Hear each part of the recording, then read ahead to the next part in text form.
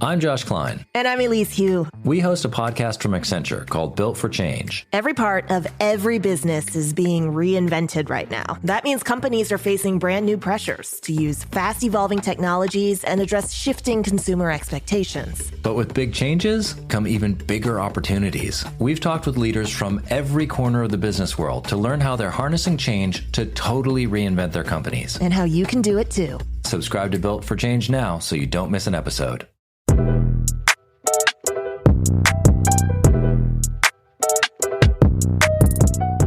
Welcome to The Waves, Slate's podcast about gender, feminism, and today, what it's like when your toxic boss is a woman. Every episode, you get a new pair of women to talk about the thing that we cannot get off of our minds. And today you've got me, Daisy Rosario, Senior Supervising Producer of Audio here at Slate. And today I'll be talking to Noelle Crooks, author of the new novel, Under the Influence. Now, I don't know about you, but I have worked at more than one toxic workplace. They tend to have a lot in common, so as I get older and more experienced, I've gotten better at both recognizing the signs and asking questions that help me see any hidden red flags before getting pulled in. But one thing that has thrown a wrench into these situations, especially over the last 10 years, is when the toxic workplaces are led by women. Yes, I am talking about the #girlboss era and the way that some of the very women pushing the concept were later shown to be toxic bosses themselves. Think Sophia Amorusa, founder of the website Nasty Gal. She took what started as an eBay store and turned it into a hugely popular online store. She literally wrote a book called #Girlboss. Then Netflix made a show based on it. So what exactly is your business? You know how people flip houses? Well, I flip clothes. Boom! Dollar bills, y'all! But not long before the show was released, Nasty Gal had to file for bankruptcy. Then the Wall Street Journal put out a report that featured interviews with 10 former employees talking about the company's toxic culture. Or think of an influencer like Rachel Hollis, author of the best-selling book Girl, Wash Your Face, who built her brand on relatability. BuzzFeed reported on Hollis attributing well-known quotes from women like Eleanor Roosevelt and Maya Angelou to herself online. And Hollis blamed her employees. Eventually, she would go viral on TikTok in the bad way after a commenter called her unrelatable for talking about having a woman clean her toilets. Hollis responded with a rant. What is it about me that made you think I want to be relatable? No, sis, literally everything I do in my life is to live a life that most people can't relate to. Most people won't work this hard. Most people won't get up at 4 a.m. Most people won't fail publicly again and again just to reach the top of the mountain. Literally, every woman I admire in history was unrelatable. If my life is relatable to most people, I'm doing it wrong. Hollis would go on to blame her team again. Author Noelle Crooks actually worked for Rachel Hollis for a time. Crooks' new book, Under the Influence, is fiction, but clearly takes its inspiration from real life. It follows a young woman named Harper Cruz who's trying to make it as a writer in New York City, but keeps running into a fading publishing industry and can't seem to get anywhere. In need of a job, she gets the chance to work for a popular influencer in a role that allows her to write and also do a lot of other work. Crooks does a great job painting a picture of a young woman who's doing what she can to pursue her dream, but because she needs to pay her bills and is trying to stay somewhat related to her chosen field, gets charmed by a charismatic boss who uses empowering language and her status as a successful woman to take advantage of her employees.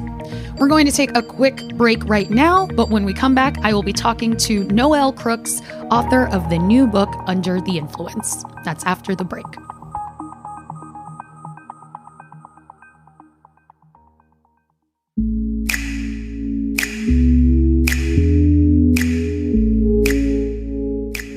Hey Waves listeners, if you're loving the show and want to hear more, subscribe to our feed. New episodes come out every Thursday morning, and while you're there, check out our other episodes too.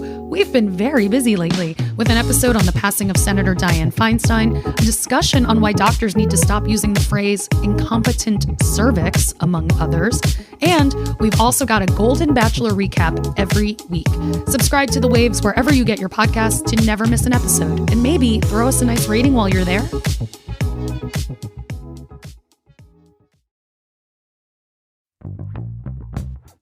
This episode of The Waves is brought to you by Planned Parenthood.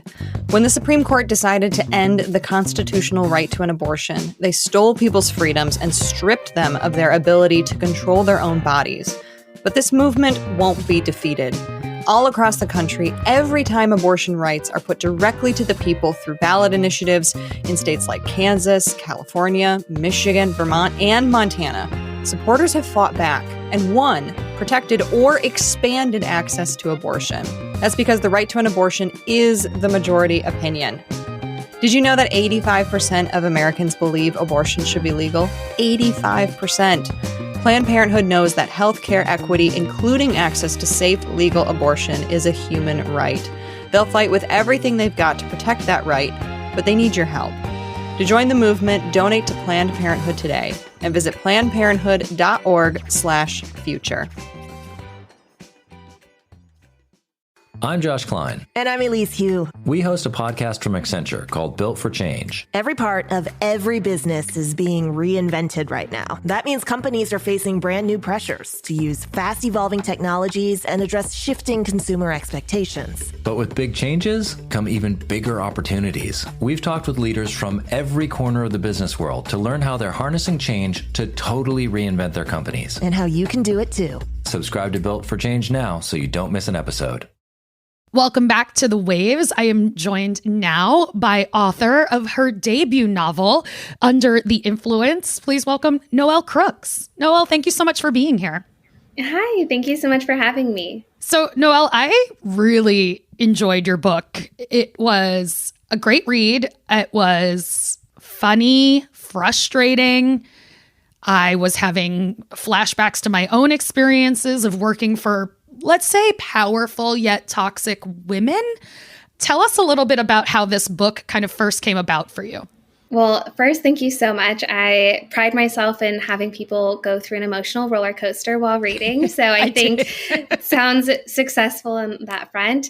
But I kind of always knew I wanted to write a book about toxic workplaces and just a work-centric novel, especially being sort of victim to hustle culture in my early 20s. It was something I was really passionate about. And so I wanted to write a book about what it's like to work for a woman that is kind of worse than Miranda Priestley, I would say, in terms of just creating this toxic workplace that on the outside looking in looks so fun and looks like those amazing cult-like type of work environments that we see so often on LinkedIn or Instagram.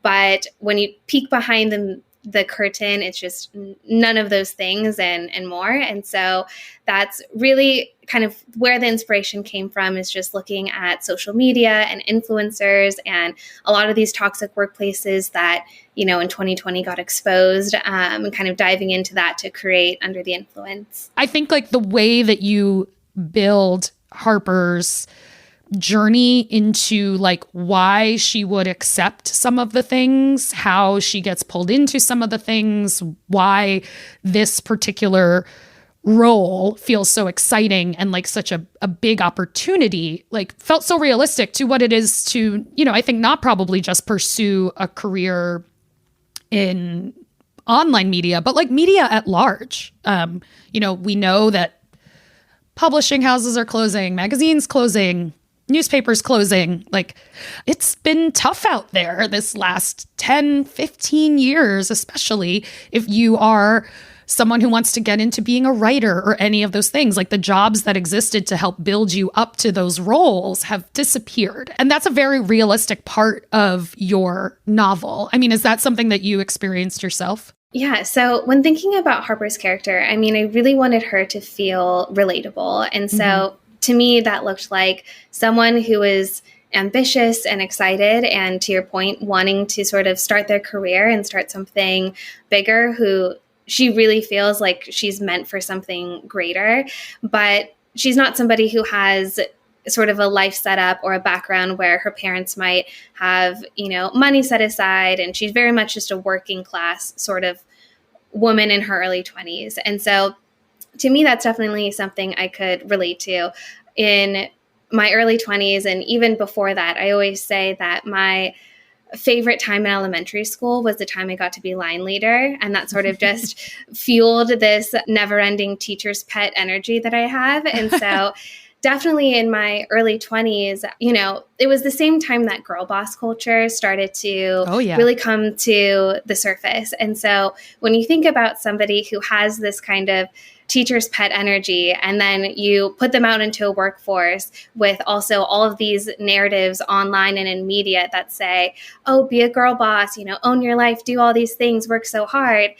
For me, it really just felt like this perfect storm. It was everything, I really ate it up. I wanted to have the mug that says, she can, she will, she does, all of that kind of thing. A lot of kind of Harper's journey are, I would say, lessons and things that I maybe reflected on in my early 20s and things that I hope readers can relate to, or maybe they're reminiscent of a time where they've been in a position like Harper, or they've been down on their luck and really trying to take a leap and making some significant risk to do so. I think that part of what felt so true about it is that you are writing about, this ambitious teacher's pet character, but also like they really do need a job. They really do need an income. They really do need an opportunity. And then for the opportunity to present itself, and it's not just good pay, but it feels like there's this larger mission. There's this larger like ideal that you agree with, and that is part of what's pulling you in. And I think that that's such a true part of a lot of toxic work cultures, whether it's, girl bossing, which we are going to continue to talk about today. But, you hear the same thing about like nonprofits, right? Like people get pulled in because they're like passionate about whatever the mission of that nonprofit is.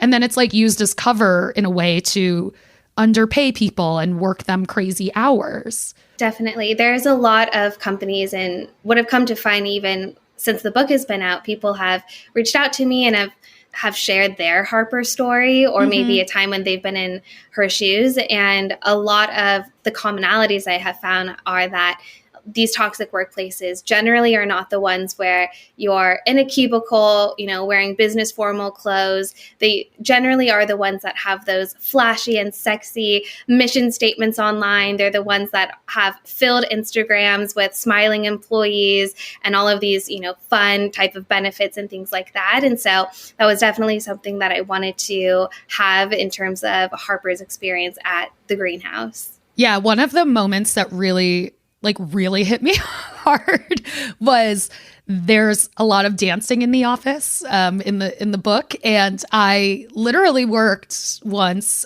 at a place where, our boss was profiled. And in the profile, they got into talking about like, there's a little dance party in the office once a week. And I was like, oh God, it's too real. And I'm sure that probably resonates with a lot of people, particularly the kind of jobs that people would have had in the last, 10, 15 years if they were pursuing media specifically. Yeah. And that's one of my favorite scenes to write is that, first moment where Harper is part of this dance party, not just because a dance party in an office is just like kind of fun and silly anyhow, but because when she's looking around the room, she's seeing these colleagues that are not just kind of like swaying back and forth doing it, like they are so excited. It's like they're drunk at a wedding and they're so invested. And I think that is part of the fun of the book with Harper is having her look at everyone and see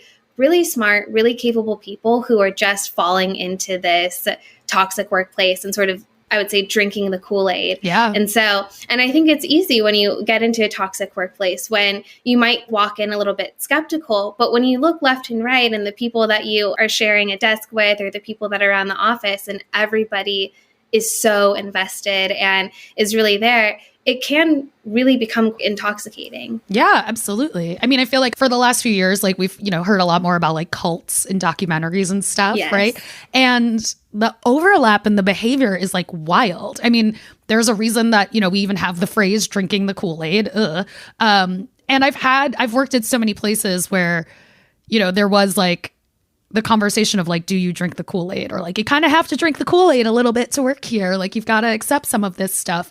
And the similarities in particular around smart, capable people being the ones pulled in, and then as new people arriving, looking around and going, oh, well, if they're here, it can't be that bad. If they're buying into this, it must actually be fine.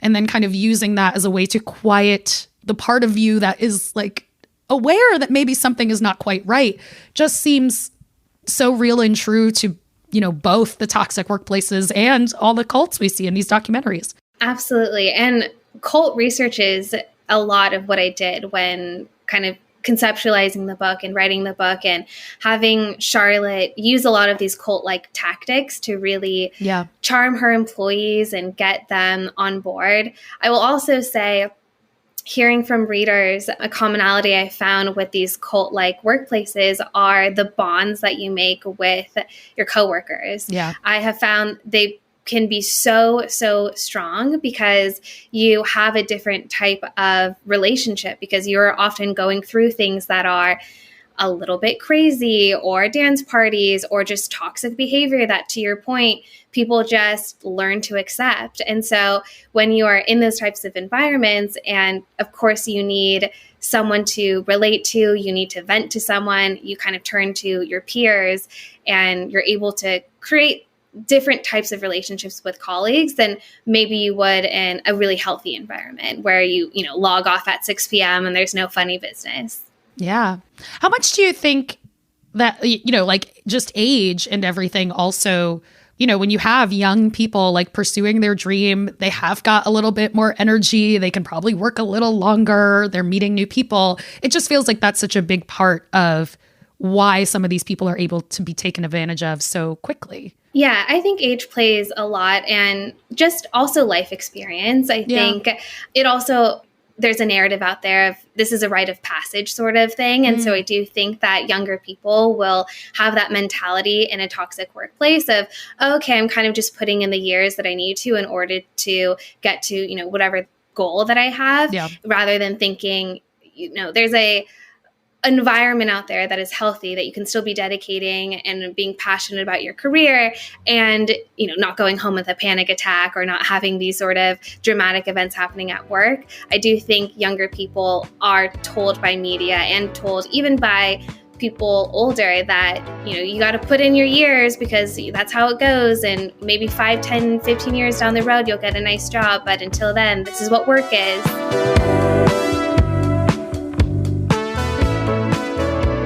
Oh my God, yeah, absolutely. That's so true. All right, we're going to take a break here, but if you want to hear more from Noelle and myself on another topic, check out our Slate Plus segment, where today we're talking about how to recover from a toxic work environment, something we both have a lot of experience in.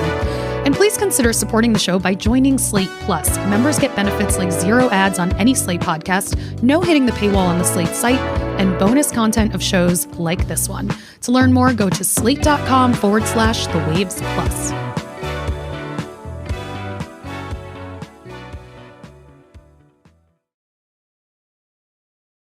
This episode is brought to you by Pete's.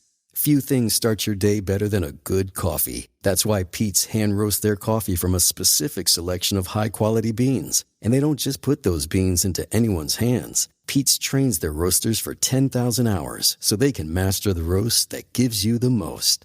Pete's Coffee. Coffee for coffee people. Find Pete's online or at your local retailer. Fall. It's the season of chunky knits and raking leaves and pumpkin spice lattes, and it's also the season of lawyers arguing for more and more of our rights to be trammeled by the U.S. Supreme Court.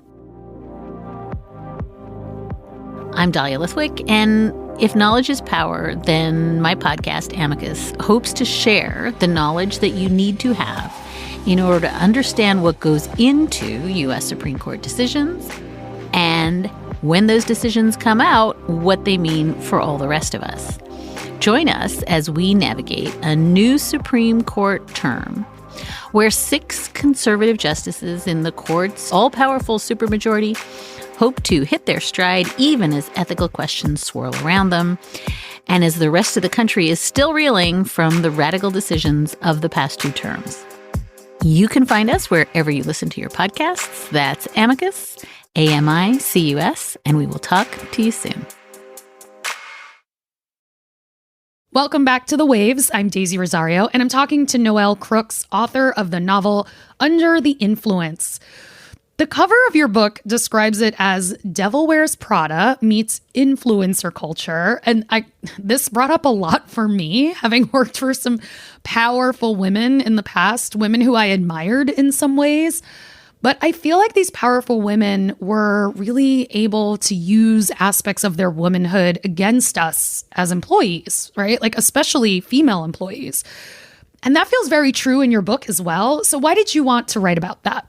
I think to your point, there's something different about working for a powerful woman. And I think even in today's age, there's so much to unpack, right? You know, expectations of women, both in an office, outside of an office. But for me, I really wanted to have the antagonist, if you will, be a woman because I wanted her to kind of paint this picture of having it all. And that's one of the biggest themes in the book is what it means for a woman to have it all. And as we see with Charlotte, she is, you know, the perfect boss, has this amazing company that's just thriving, has so many people who want to work for her, while also being an amazing mother, an adoring wife, and all of these different aspects. And so I wanted to have that come into play because we just don't really see that with men. The expectations we have for men are different, especially who they are in an office versus who they are at home. Nobody really pays much attention to that versus women.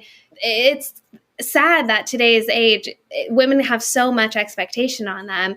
And so I wanted to show that side to Charlotte, and I wanted to show even a little bit of empathy for her because as we can see her through her journey, she is putting so much pressure on herself to really show up as the perfect influencer, the perfect mom, perfect wife. And there was just so much to unpack there in terms of even how people show up online that I just couldn't see that sort of narrative taking place with a man. Yeah, absolutely. I mean, there obviously are plenty of male influencers and there's a lot of content that they do, but it's just so different than some of the tracks that we see fairly consistently for women working in online media, let's say, right? Like they almost always have started as a mommy blogger who then a couple years in, because the content was changing, have to pivot to something else. And then maybe a year or two later, kind of pivot to something else. And, you know, we see that just kind of being something that is now true for a lot of women who have chosen that media route. And the book stays very true to that as well. I really wanted to paint kind of this image where everything's perfect online and then you just see it all for what it is behind the screen, which is such an important theme for me because I wanted Harper to see the duality and just like the juxtaposition of what she was seeing online versus what she was seeing behind the scenes. And especially with women, it's just a different playing field online, expectations of what women look like, expectations of how women act, and then on top of that add, you know, being a CEO of a company and trying to juggle that. It doesn't mean that Charlotte's behavior is excusable by any means, but it just gives her a human aspect that I wanted to create.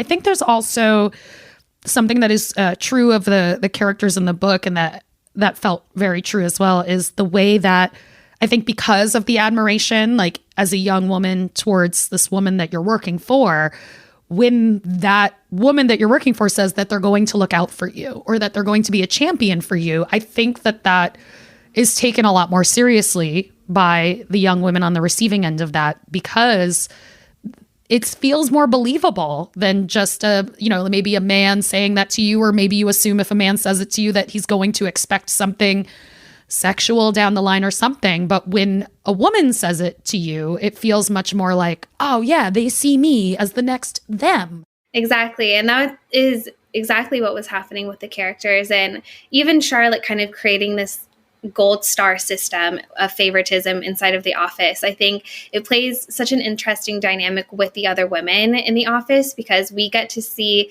this competition that women so often are in because of outside factors. So in this case, we have Charlotte, who is kind of picking a favorite person, flavor of the week, if you will, to really love bomb and create all this favoritism. And then that ends up being a divide for some of the other colleagues. And even though they have these strong friendships, it's interesting when you are in this toxic work environment that's so intoxicating and you're the favorite of the week and you're looking left and right at your colleagues that are supposed to be your friends. And then suddenly there's a little bit of tension there. I mean, the vibe, it's always like school meets like the powerful woman is kind of acting more like a mom in some ways. And, I think like we've heard kind of from all genders really that there's plenty of workplaces that are like, we're a family. And they try to really like weaponize the family thing. I even jokingly said to one of my teams here recently, I was like, I promise to never call us a family as a means to just try to get you to do more stuff that you shouldn't be doing. But I think you can hear that in all kinds of workplaces. But I think especially with women-led workplaces, it ends up just even more dangerous, I guess. I'm almost struggling to find a way to kind of put it because it does, I think, tug at something a little deeper sometimes. Definitely. I have heard from so many readers that their toxic workplace was described as being like a family. And so I can't speak for all workplaces, but I will say if you are applying for jobs right now and on the careers page it says we're like a family, I would perhaps steer clear of that place.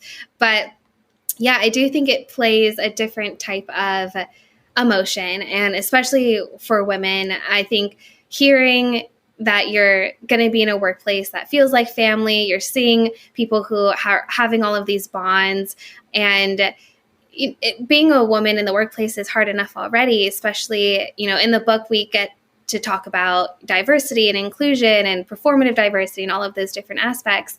And so I think trying to tug at your emotions during the interview process or through some of these workplace cultures by saying, oh, we work like a family, I think it becomes very manipulative. I mean, the manipulation is strong. I'm curious, kind of the reaction. And, you mentioned that you were hearing a lot of stories. They're kind of Harper stories. But yeah, I would love to get a sense of how much are people online that you're hearing back from and reviews and such relating to the character. I have been overwhelmed, really. So many people. I've even specifically on my book tour as well, getting to talk to people in person. Oh gosh, so many people have told me their Harper story, or they've told me when they've worked for Charlotte, or kind of what their Charlotte used to do to them.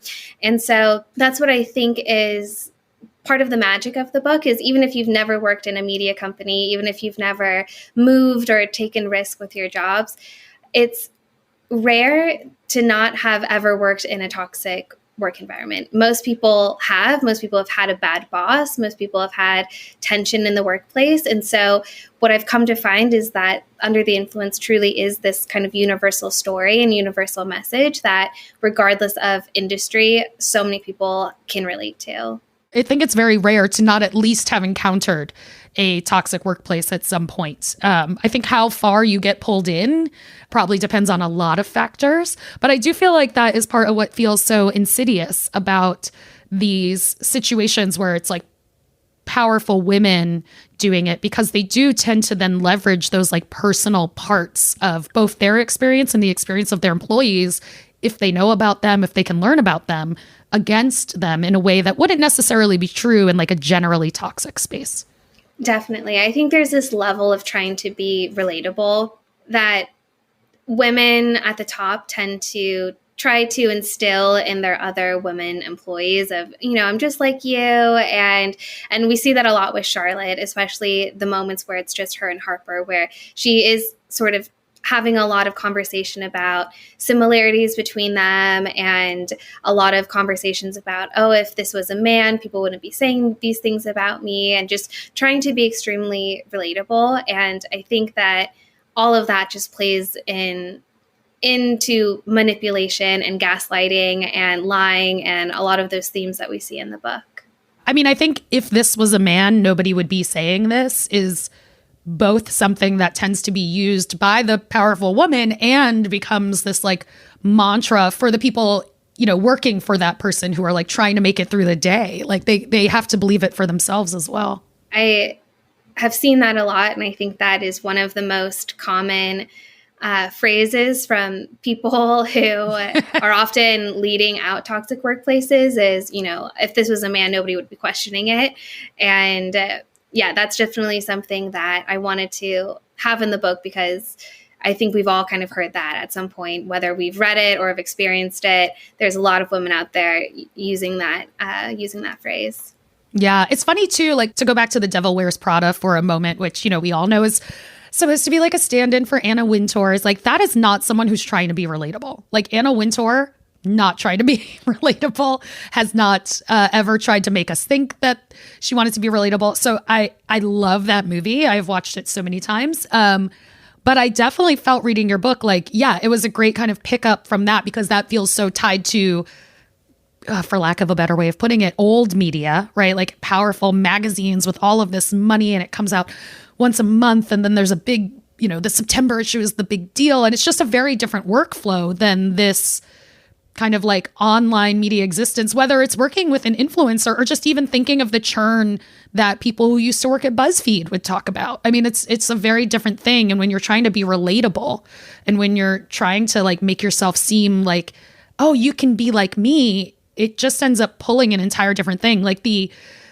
stakes are different, and also the goals are different, because the message there tends to be like, be the best you. And that is really such a big part of your book that really rang true, because I feel like I see that message all the time online. I think that narrative of I'm just like you, look at me, I'm wearing sneakers, I'm so relatable. All of that are trends that I'm even seeing, on social media. I feel like 10 years ago when The Devil Wears Prada came out, that was such a fun story, because the fashion industry in New York just felt so untouchable and just kind of felt like this thing that everyone knew about, everyone knew was kind of toxic or could assume. But with the greenhouse and what we see in today's age, it very much is masked by this mission statements, as you put earlier, as this relatability, as, you could be just like me. Oh, I started at the bottom too and hustled my way to the top. And so all of those things are things that we see nowadays, which in my opinion are actually much more dangerous than maybe even what we saw in The Devil Wears Prada. It feels so true to the way like media has changed in general. Like if you're pursuing this kind of work, whether you want to work in publishing or you want to work in journalism or you want to, any of these things that are, can all fall under the umbrella of media, like the actual ground that those things live on has shifted so much. And so, yeah, I'm sure that, working for Anna Wintour would still obviously be very exciting, still a high profile job, but there's not, the chances of those kinds of things exist far less. Whereas this world of kind of online content and influencers and working for them, I mean, it can be so spread out, and it seems like you could be like so separated from the people in your life. And both in your book, and I think in the reality of a lot of people who work in like deeply toxic workplaces now, with the internet where you can be connected all the time and get texted at like 2 a.m. and things like that, like it really does feel like more dangerous in a way. I feel like when you're applying for a job, let's say at Vogue or in media or in fashion, you kind of already know what you're going to get yourself into. You're kind of like, I'm aware of the risk. I'm aware of the reputation of this industry. And I think what is interesting is so many toxic workplaces are really more of these fun startups with, 200 or less people who are working for them. And they're so much harder to actually spot. And so I feel like that's even why places like Glassdoor have had so much success, is because you look on a job description, you see all of these amazing things, all these amazing perks and values and mission statements, and you're getting yourself psyched up. You go to Glassdoor, you do a little research, and you're like, oh, wow, every single employee here absolutely hates their life. There is something that is not adding up here. It's not mathing here. So yeah, I do find that so interesting, and I hope when people read it, they can feel this sort of refresh of a lot of things that they can find relatable, or things that they can see in today's age. Well, again, the debut novel from Noelle Crooks is Under the Influence. I really enjoyed reading it. And Noelle, thank you so much for joining me today on The Waves. Thank you so much for having me. That's our show this week. The Waves is produced by Cheyna Roth and Vic Whitley-Berry. I am Senior Supervising Producer of Audio here at Slate. Alicia Montgomery is Vice President of Audio. We'd love to hear from you. Email us at thewaves@slate.com. The Waves will be back next week. Different host, different topic, same time and place.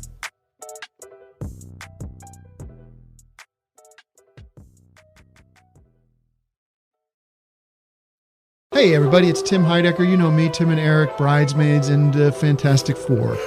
I'd like to personally invite you to listen to Office Hours Live with me and my co-hosts, DJ Doug Pound. Hello. And Vic Berger. Howdy. Every week we bring you laughs, fun, games, and lots of other surprises. It's live. We take your Zoom calls. Music. We love having fun. Excuse me? Songs. Vic said something. Music. Songs. Music. I like having fun. I like to laugh.